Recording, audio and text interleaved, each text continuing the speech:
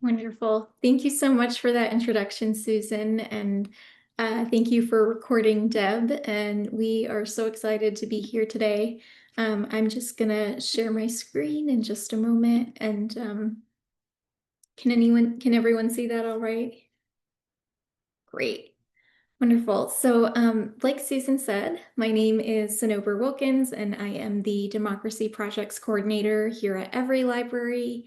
And for those of you who are not familiar with Every Library, we are a national political action committee for libraries, and we help public, academic, and school libraries across the country with ballot initiatives and building voter support.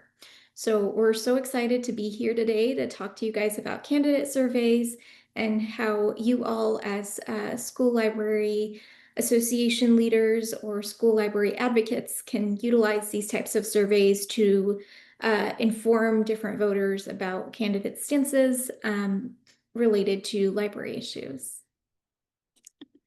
So this is just a quick outline of what we'll be talking about today. First, I'll go over kind of goals and objectives that most people have when doing these types of surveys, talk a little bit more about who we work with and why, the process of conducting the actual surveys, and then I'll hand it off to my colleague Frank to talk a little bit more about Texas. And Frank, I'm so sorry, I just realized I skipped your introduction, so let me go back one slide and let you introduce yourself a little bit more. Well, that's okay. Susan already said the important stuff. But yeah, I am Frank Strong. I am a teacher in Austin, Texas. I'm a parent of an Austin ISD student. And yes, I am co-founder of Texas Freedom to Read Project. And before all that, I started making school board election guides here in Texas. Very do-it-yourself. Okay, thanks, Sanobar. Yeah, of course. And then lastly, we'll go over outcomes, reporting, and sort of the practical applications of conducting these types of candidate surveys. So first, I wanted to start off by talking a little bit more about why we conduct these types of candidate surveys and why they're so important. So the first goal is to really understand individual candidates' political goals and aims. And this is especially useful as we see groups like Moms for Liberty or other local political actors backing school board candidates or candidates in other local elections. So even though in many cases, school board trustees are generally nonpartisan, this doesn't mean that they can't influence local politics. So their role within the school board can often allow them to create different policies or to have certain political views and ideologies expressed within that school district. So when we are working to understand these candidate stances, we can ensure that extremists are not elected and that we can protect access to different types of library books and funding for school libraries. And then another reason why you might consider conducting these types of surveys is to create a greater awareness around book bans and access to library materials.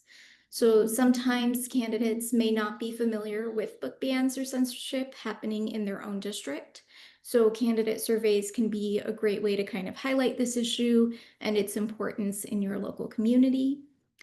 And then it can also create a greater awareness around library material policies because while a lot of school board members a lot of times get direction from state education agencies, a lot of them still have influence over their local policies. So it's important for them to kind of understand what they can do to protect their libraries when they're making these types of policy decisions or writing their own policies at the local level.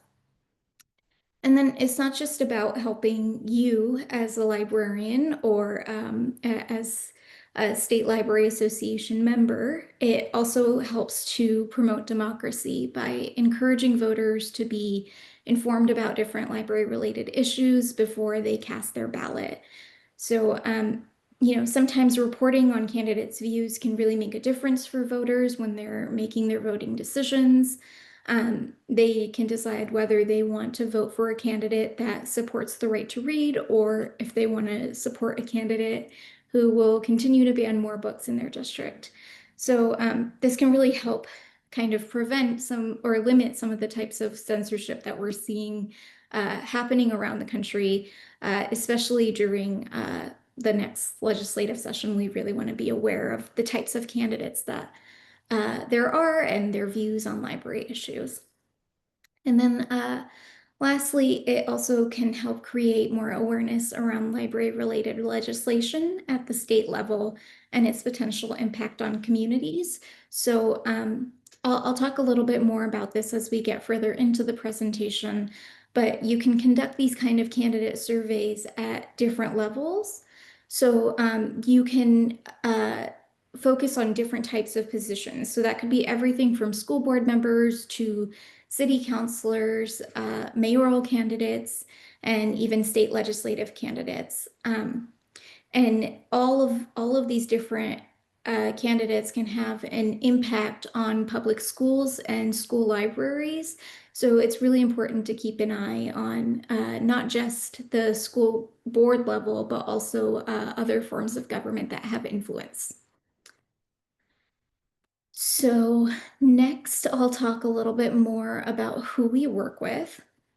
So we work with both state library associations and their members.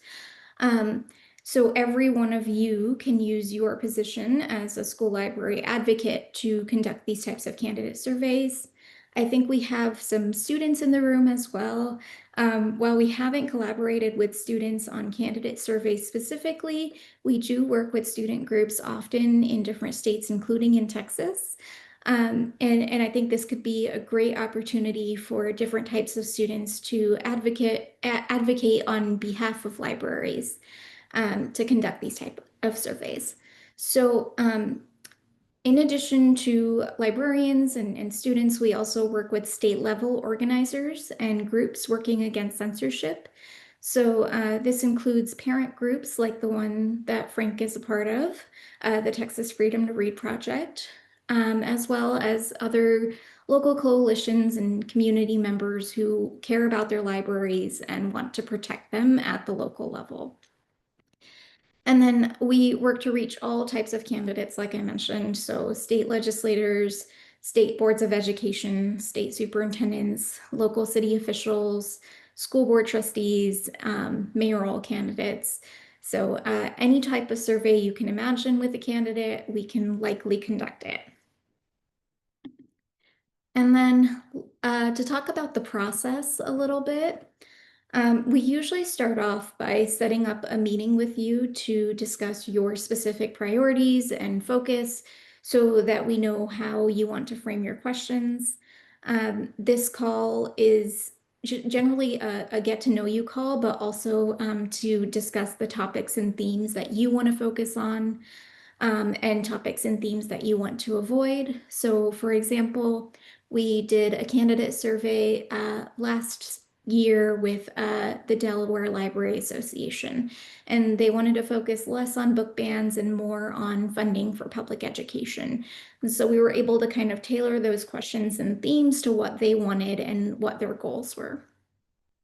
And during that initial meeting, we also discuss a timeline for the completion and reporting of the survey findings. And then after that initial meeting, we usually work on drafting questions for your feedback and approval. That's usually done back and forth via email, or we're always happy to meet again.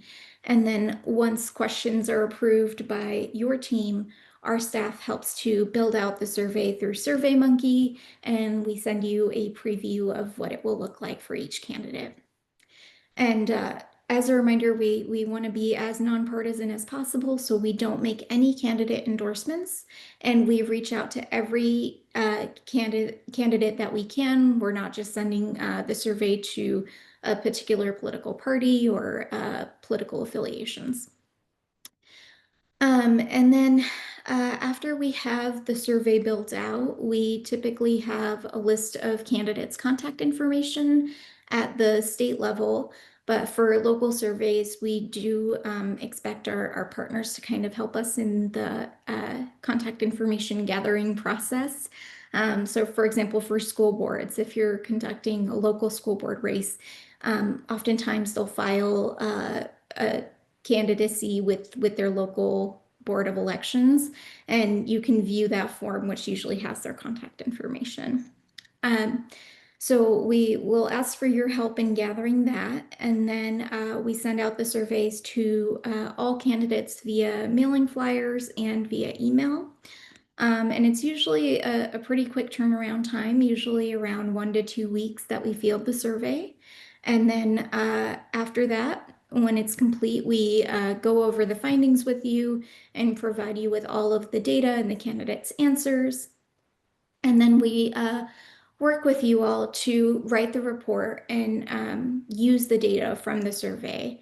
And while we expect you to do the actual writing part, we can offer a lot of guidance and examples on past reporting. So now I'll turn it over to Frank, who will talk a little bit more about his experience in conducting candidate surveys with us. And you can get a better idea in kind of how this can be used more practically. Thank you, Sanobar. So yeah, as Sanobar said, my role tonight is just to kind of provide a case study for you all to sort of put flesh on what she just described, so I can talk about how this happened in Texas. I want to take a step back though. As I said, I started creating the book Loving Texans Guide to School Board Elections in 2022, and that was after I was just at that moment in time I was just a teacher in Austin, and I was watching this rising tide of book removals in schools, educational gag orders, and wanted to find a way to get involved, even though these things weren't happening necessarily in my district. It was immediately clear to me that this was the impact of these school board elections was going to be felt statewide. As I said in that first guide, what happens in one district does not stay in one district, and I genuinely think that some of the anti-CRT laws that were passed in 2021 were a result of the school board controversies in Southlake, Carroll ISD. And so I knew I had to get involved. Like many of you, I heard extremists saying that they were going to take the school board elections. And so I decided to start researching and seeing if that was actually happening. And it was. And so I felt like I needed to get information out there. And my solution was just to dump everything that I had researched into a Google Doc and share it as widely as possible. And that became the book Loving Texans Guide to School Board Elections, which is a nonpartisan, very much do-it-yourself guide that focused specifically on the issues of censorship and maintaining inclusive classrooms, because I think those two things went together. I've kept going. The next edition of the guide, we do have school board elections in November this year in Texas. And so the 8th edition of the guide will be out hopefully this week. It's a lot of work, but hopefully it will be out this week. So that work also connected me with parents around the state, including Ann Russi and Lainey Hawes, who became my colleagues at Texas Freedom to Read Project. The challenge that I had in making this guide, which became clear after that first one, was that this is a big state. There are around 1,200 districts in Texas. My knowledge, which was very useful in the first edition, because a lot of these book banning and anti-CRT controversies were happening in the suburbs of Dallas-Fort Worth, Houston, and Austin. And I teach in Austin. I grew up in Fort Worth, and my teaching career started in Houston. So I had a lot of contacts in those areas, but I wanted to get more coverage of the state and to reach out into areas where I didn't necessarily have personal contacts. It was also very clear to me immediately, because school board races in Texas are nonpartisan, information about candidates can be very hard to come by. What I think makes my guide valuable and worthwhile is that I don't go based on rumors or innuendos. I try to find facts, and I don't make any assertions that I can't back up. But that can be a really difficult task when politicians, which school board trustees are trying hard not to answer questions. Even, great local media, which is becoming harder and harder to find, or really good nonpartisan organizations like the League of Women Voters that puts out a candidate surveys. Those surveys weren't necessarily useful for the information that I was trying to find because they weren't written by library professionals or people who were educational experts. And so the questions were worded in such a way that candidates were able to get away with slippery or vague responses. And it was a challenge.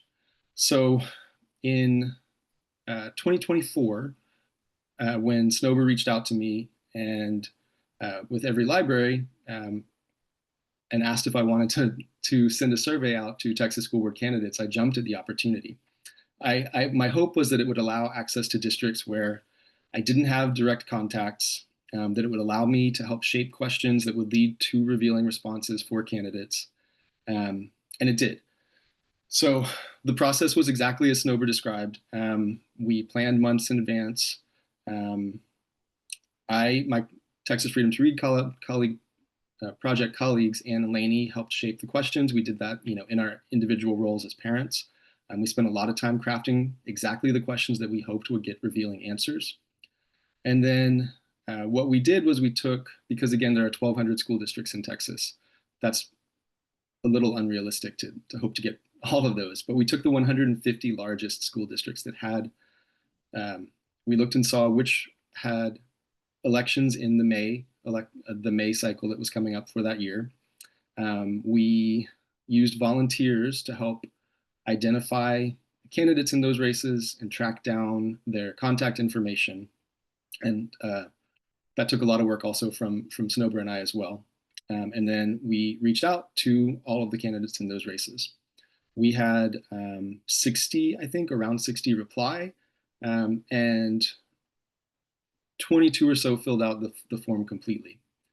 And the results were incredibly useful. My theory of action with starting the Book Loving Texan Guide in the first place is that book bans are not popular, even in red states, but that those of us who opposed them were started at a disadvantage because the other side had more information and more organization. And I saw my role as helping to get the information out there. And this survey greatly improved my ability to do that. So I was able to, as a result of the survey, I was able to get to report on districts that I had not been able to discuss before. There were some really revealing responses. And I mean that revealed both terrible candidates who supported book banning, which I would have had no way of knowing if it hadn't been for this survey.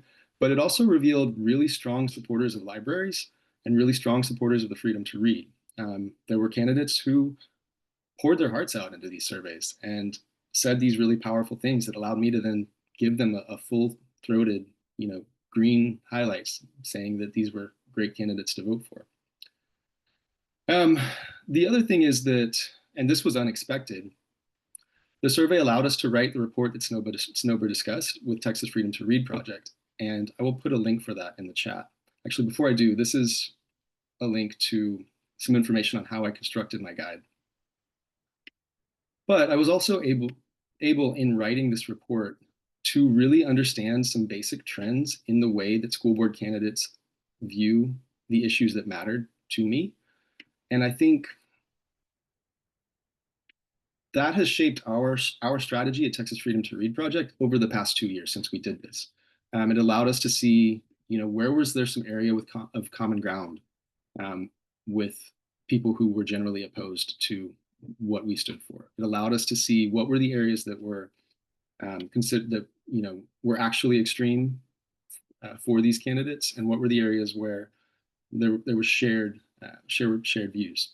It allowed us to see geographically, and one of the things that surprised us was we learned that the divide between people who support book bans and people who oppose book bans was not really a geographical one. It wasn't one that broke down into city or country. There was really just purely an ideological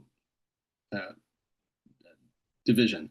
Some people believe in the freedom to read and some people didn't. So that was useful for us to see that we could fight in even some of these districts that, are considered, very far, might have been considered off limits or hard to reach. So, and it was an incredibly rewarding experience. Incredibly, uh, it provided just such a wealth of information that we are still using it a couple of years later. And I will give it back to Sanobar. Great. Thank you so much, Frank. And I did put some examples on the slides for those of you who are kind of interested in seeing the different ways of reporting on this. Like Frank said, he wrote this amazing report, and I think he put the link in the chat to their reporting on it. But other groups that we've worked with have not had as much time to maybe spend on reporting. So some of them will just put out press releases highlighting some of the key findings from the surveys. We had our Chicago Public Schools survey, which is on the screen right now. They actually put together candidate scorecards for each individual candidate. So you can kind of see this as an example, and it just takes direct quotes from the survey and points to their views on library issues. And that way you can directly see what this candidate stands for. So there are lots of different types of ways that you can report on the candidates' views. Some people choose to not do any reporting at all and just use it for internal purposes or to hold candidates accountable in the future, which I think is also a great resource. But basically this serves as a sort of public record that you can then use later down the road to make sure that candidates are being held accountable and that voters are informed when they're going to the ballot, but then also making sure that these candidates are then holding up their end of the bargain by actually doing what they said they will. So yeah, that's a little bit about candidate surveys, but we're here to answer any more specific questions or go into any more details about any of the surveys that we've done with other people and to talk a little bit more about that.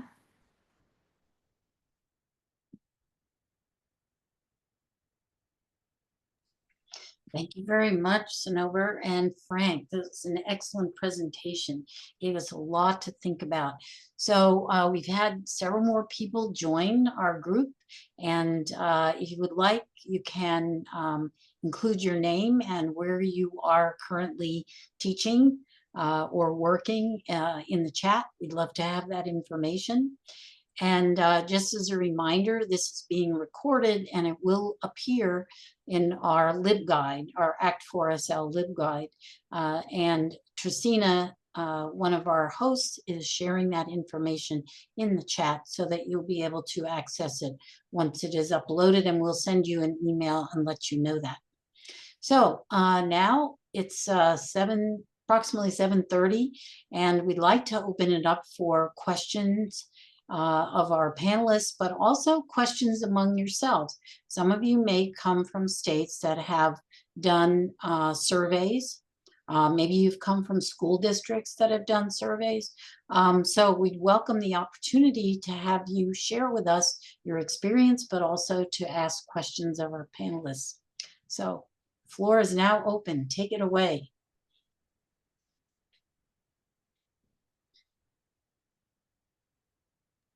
I have a question for our lovely presenters. So, when you are working on finding fact-based information for these like traditionally nonpartisan candidates, what are some common ways to, I guess, phrase questions that the candidates can't weasel their way out of with a non-answer quite as easily? Yeah, that's a great question. I think one thing that we have tried to do historically with our surveys is to not leave them very open-ended. So rather than having a comment box where candidates can just fill out any sort of information that they want to regarding a question, we try and have either multiple choice answers or a scale response that they can choose from. So, for example, if you're asking whether or not a candidate supports LGBTQ plus books for grades 9 through 12 in school libraries, you can say that they strongly agree with that, or that they generally agree with that, that they're neutral toward that, that they disagree with that, or they strongly disagree with that.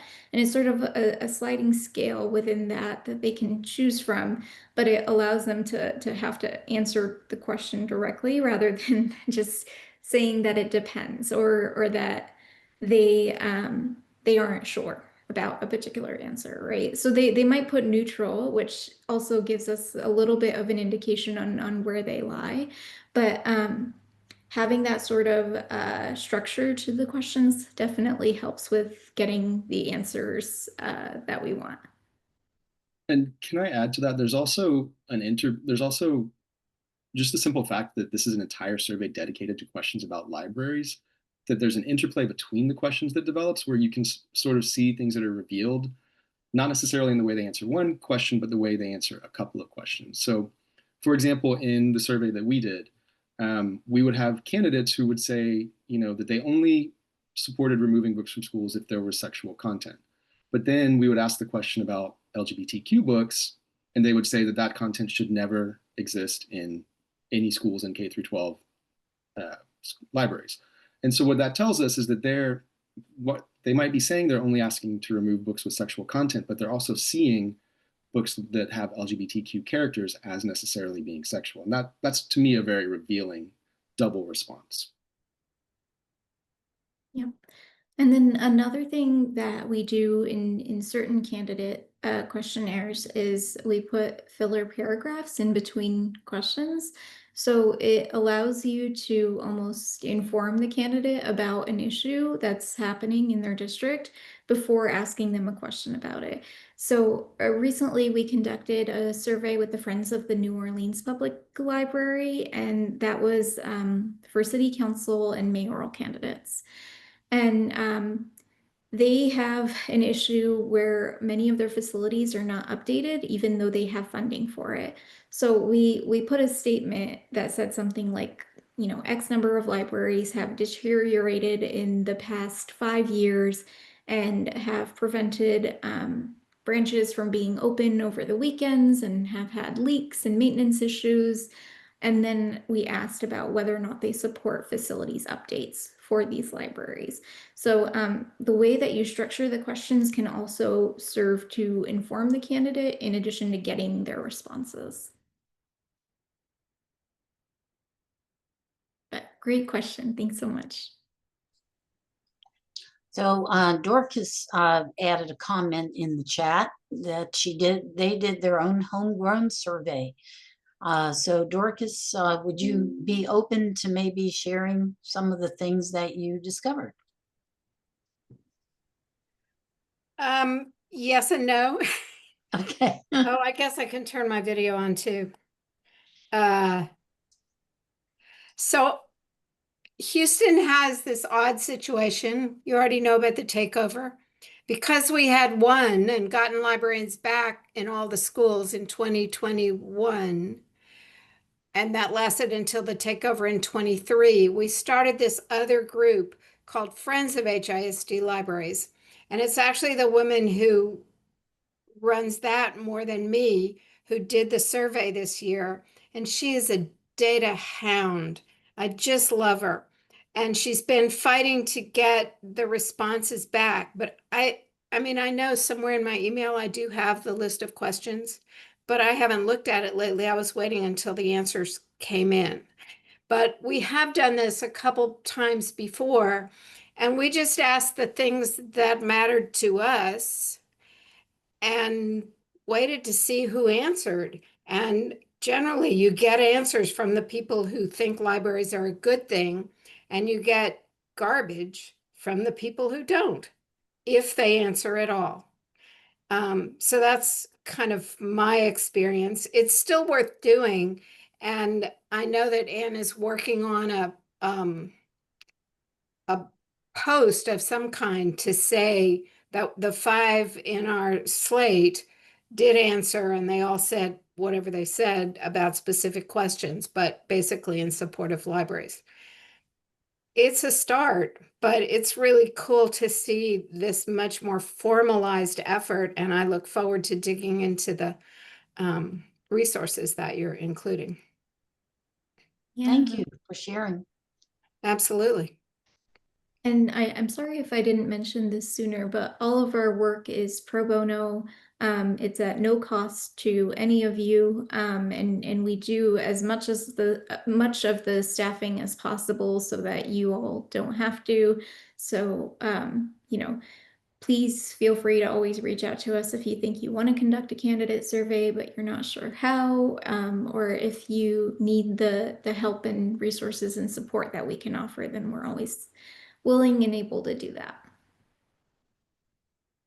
Yeah, I think one of the toughest things would be coming up with the questions so that they don't appear to be leaning one way or the other, to be more neutral in terms of the way in which you ask them. And I think, I don't know, Tracina, if that's what you were kind of saying in the chat, sometimes the framework of the question can inform candidates about the role of the librarian. Yeah, I actually was pulling up some of our previous candidate survey responses. We've worked with every library in the past, and that actually helped pass some of our legislation within our state.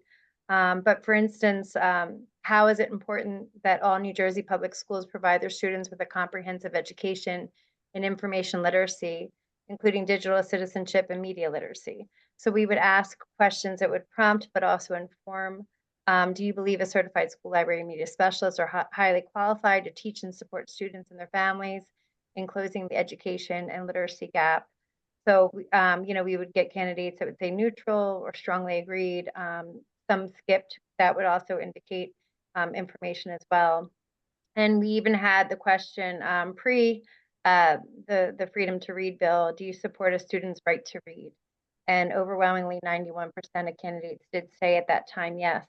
So, like our two presenters mentioned, it was also nice to have this documented so that we could go back to these candidates when we needed, whether, bill support or a statement to say you did support this. This was your answer in 2023. Can you help continue to support a student's right to read, or, certified school librarians? So it's really been a really great way to document, but also to continue that conversation and ask for support. Thanks so much, Rashina. And I'll drop a link into the chat just now.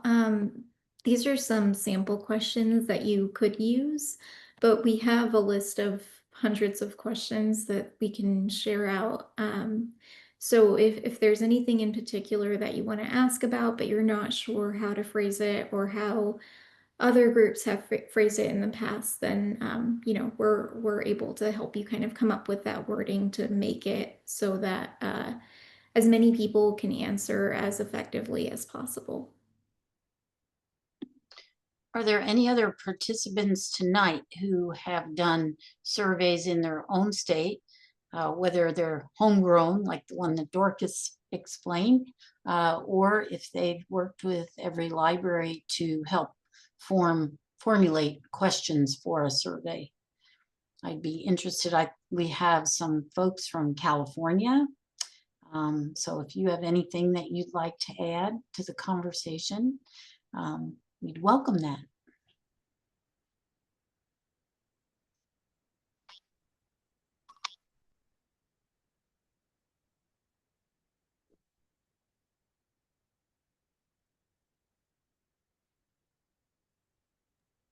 Christy, I think you're muted. I think Christy. Sorry. I'm curious to know whether any of the surveys that any of you have done with candidates, if they brought about results of moving the needle a little bit, like toward more support? I actually was thinking of that, and I did want to comment on that because I know some of our participants might be in public libraries or, and how does the school board affect me? And I do think that that needle has been moved because we have seen a strong movement to create school boards aligned with certain groups in the past. So I think it's having that conversation, being informative, and then that trickling out effect to continue that conversation into public libraries, into your communities. So I do feel that that conversation, shifts from school boards to now, candidates within your municipality, in your community, and then to the state. So I do find that trickling effect. I could see, Tristina, with what you were saying, that if there are folks here who are with public libraries, that knowing that a particular candidate supports an issue related, and maybe this is what you were saying, supports an issue such as not banning books or literacy, that might be helpful to the public library to know, this may be somebody that I can reach out to when an issue comes up with public library. Is that what you were saying? Kind of? Yeah, growing that Okay. ecosystem, having the conversations, and also, without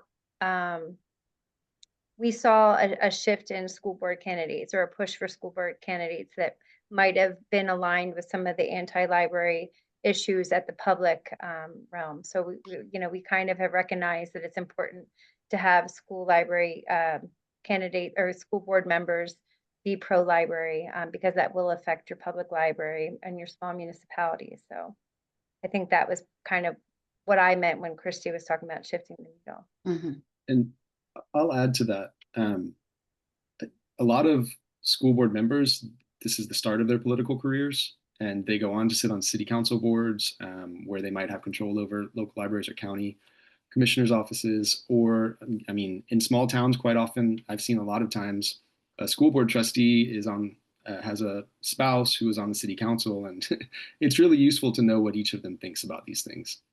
And I also just say encouragingly, in Texas, we have seen a tremendous turnaround at the school board level.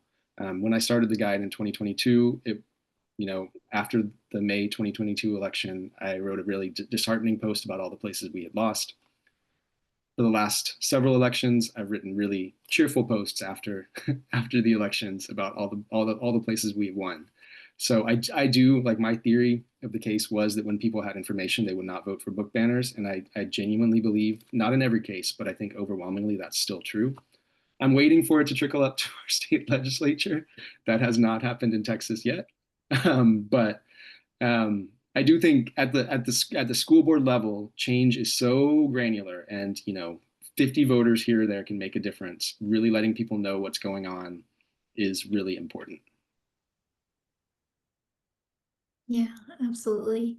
And also, if you are more involved on the public library side of things and your library board is not elected, that doesn't mean you can't conduct a candidate survey. So, for example, county commissioners, I think there might be somebody on the call from Kentucky that has judge executives, other local positions that impact and sometimes even hand select who's appointed to your local library board. Those individual positions are then elected, and you can then indirectly have an influence over who eventually gets appointed to the library board. So there are different ways and different levels at which you can conduct these types of surveys to make an impact at your more local level. And in a lot of states, we've done surveys of state legislators to get a better idea of what's happening at the state level and how it can trickle down to your local level.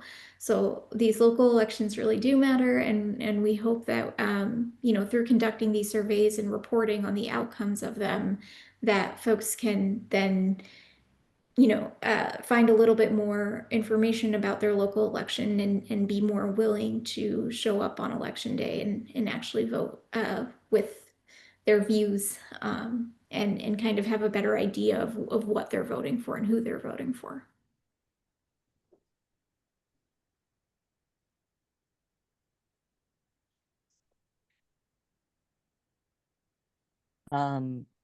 This is, I guess, more of like a logistical question. In an ideal world, in an ideal scenario, how much lead time before an election would you like to have if you were going to put together a survey for a candidate? That's a great question. I think so. The typical candidacy filing deadline is like, I think 30 to 90 days before the election. So as soon as all of the candidates have filed for their candidacy, I think that's a great time to start the process. You can talk about the scope of the work based on how many candidates have filed. You can get an idea of the types of questions that you want to ask based on who's filed. And then from there, it typically takes a week or two to develop questions going back and forth with each other, and then another week or two to field out the survey to the candidates. And you usually need some time in between to, gather candidate contact information, make sure all the formatting and everything like that is good for the survey. And that you're phrasing things in the right way and previewing the emails that go out, things like that. So ideally, I would say between 60 to 90 days is like the perfect timeline, but that's not always possible. So we've done some surveys in a shorter amount of time. I think 30 days is the quickest turnaround that we've had. So it can go very quickly, but it also depends on what information we have available to us. Like if we have an Excel sheet with all of the candidates' contact information, then that definitely speeds things along.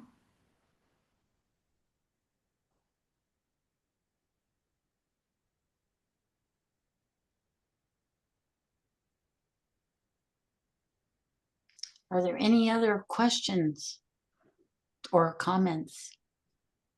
And I'll also drop my email in the chat if anyone wants to reach out. If anybody has any more specific questions and maybe wants to talk about it offline, happy to do so over email.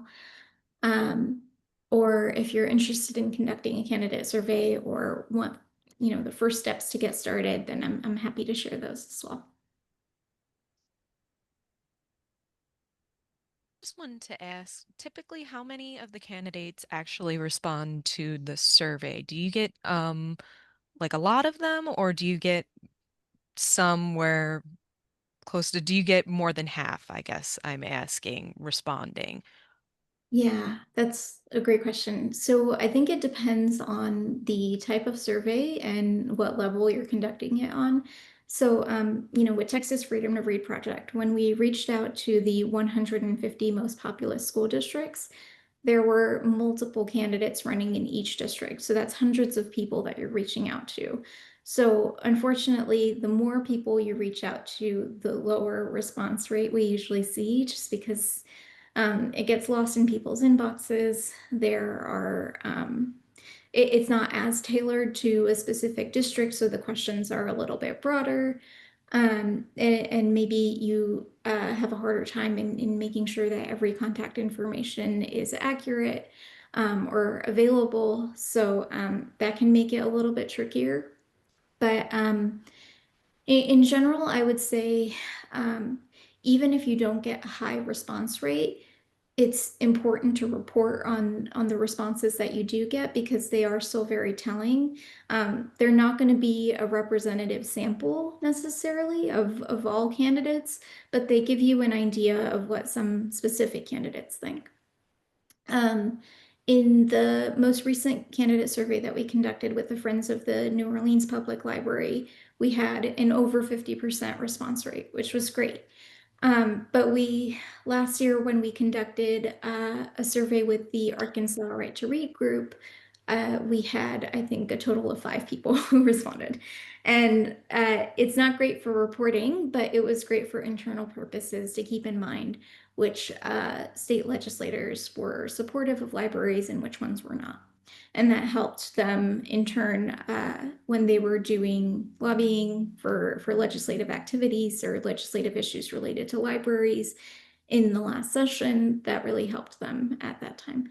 So yeah, it does depend. I wouldn't say that there's like a good response rate or a bad response rate. Just getting as many answers as you can is always helpful.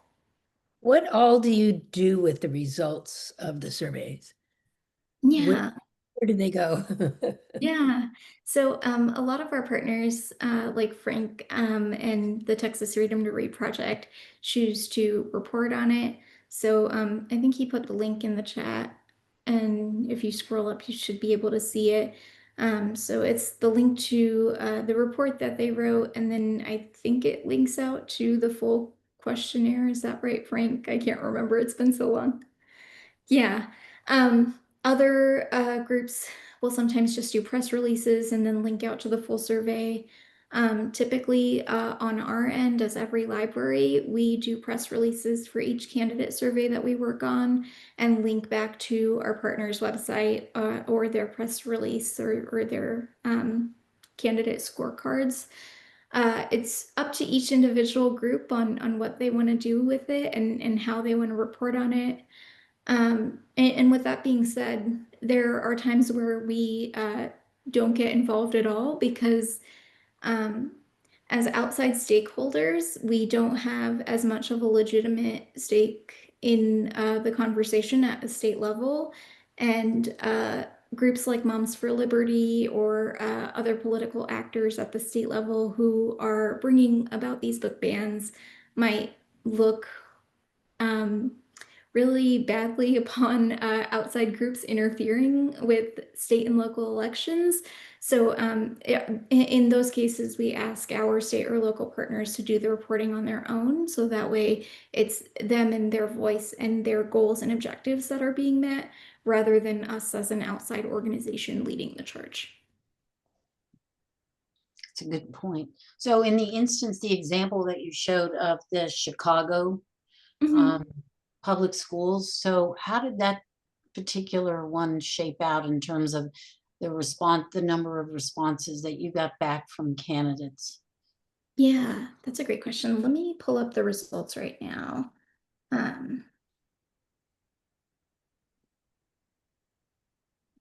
So here is the link to their reporting. If you scroll down, you can see that it's separated out by district. And each name that has a hyperlink has a scorecard, meaning that this person answered our survey. And then anything that doesn't have a hyperlink meant that they didn't respond to our survey. So it's not at all comprehensive, but you can get an idea of at least some people's views in the district. So if you live in District 10, for example, you can see that Robert Jones and Shay Smith answered the surveys, and you can look at their candidate cards and kind of compare the two candidates. And then keep in mind that the other two candidates just didn't answer. And so you don't really know what their views are on libraries.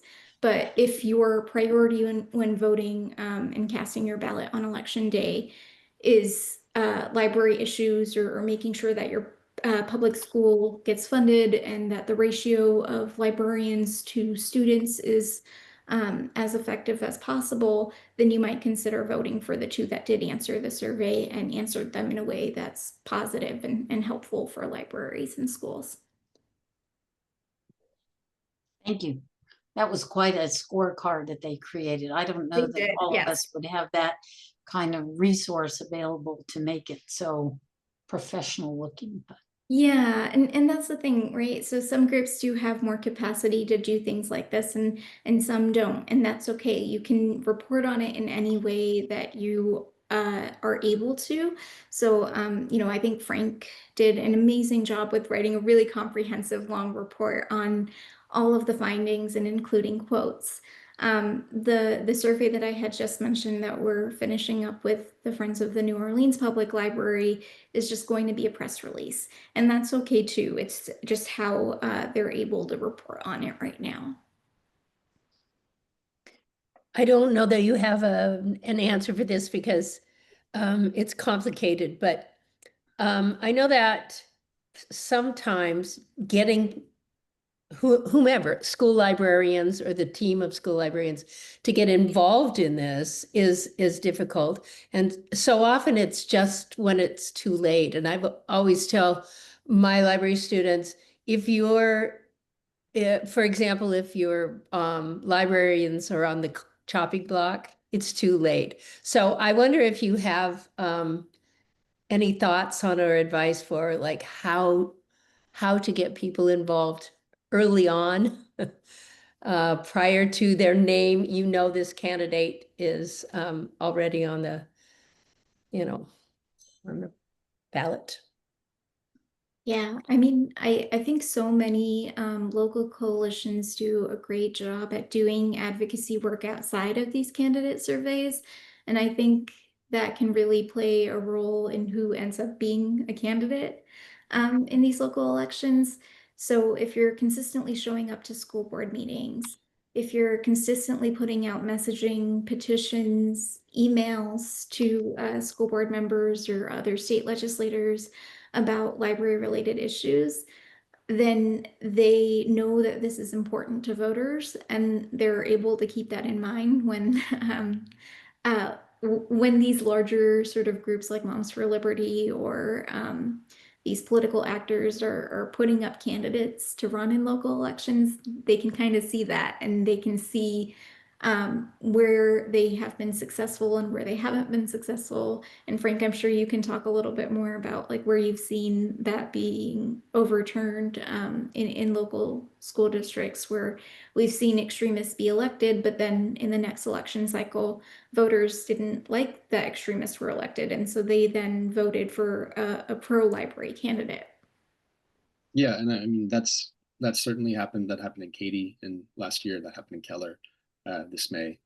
Um, I think Sanobar is absolutely right. Small groups are the crucial element here. Like that's what the other side did. They, Moms for Liberty is a massive national group, but what they do is they organize at the county level and they create Facebook groups, or they did a few years ago. They created Facebook groups, and that's how they organized to show up in mass at a school board meeting and make their voices heard. And that's not complicated, but that's what groups like the one that Dorcas mentioned, and Friends of HISD Libraries is incredible.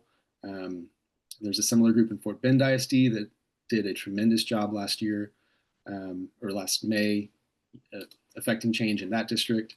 So it's really just getting a nucleus of people that care about this and are activists and are willing to go to school board meetings and are willing to tell their friends that this matters and why it matters and what people can do about it. And at the local level, at the school board level, that can absolutely make a change. Yeah, just that visibility, consistent visibility, and yeah, and I mean, I it's think a marathon, not a sprint.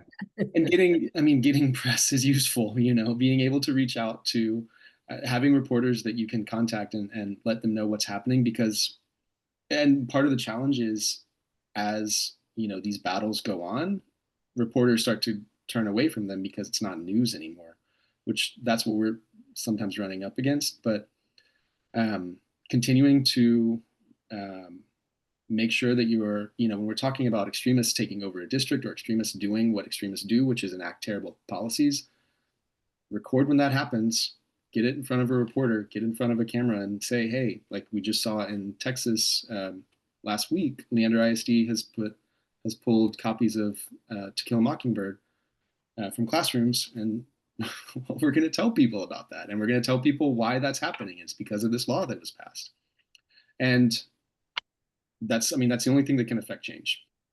Yeah, and I'll put another link into the chat, and it's for our Fight for the First platform through every library. And this just allows you to create local coalitions to better organize at the local level. So you can create petitions, you can send emails to your school board candidates, you can create letters to the editor about a specific issue, and really do a lot to organize and find your base of supporters that you can then contact to show up to the next school board meeting or conduct some sort of action. And so that can be a good starting point in addition to doing these types of candidate surveys. And we use Fight for the First for NJSO when we've had issues with for our regional response team. That's been our go-to. So when anyone on the call from New Jersey, when we've had any type of book banning or censorship issue, that's usually that kind of the call to action that we will use for our regional response team. Well, it's now 8 o'clock, and I'd like to thank our presenters for spending this hour with us. It's been absolutely wonderful and so informative. And I'd like to thank all of you who attended tonight. We hope that you'll continue to follow Act for SL, and when we schedule our next program, that you will be part of that conversation as well. So thank you very much, and I'll leave I'm going to turn off the recording. If you would like to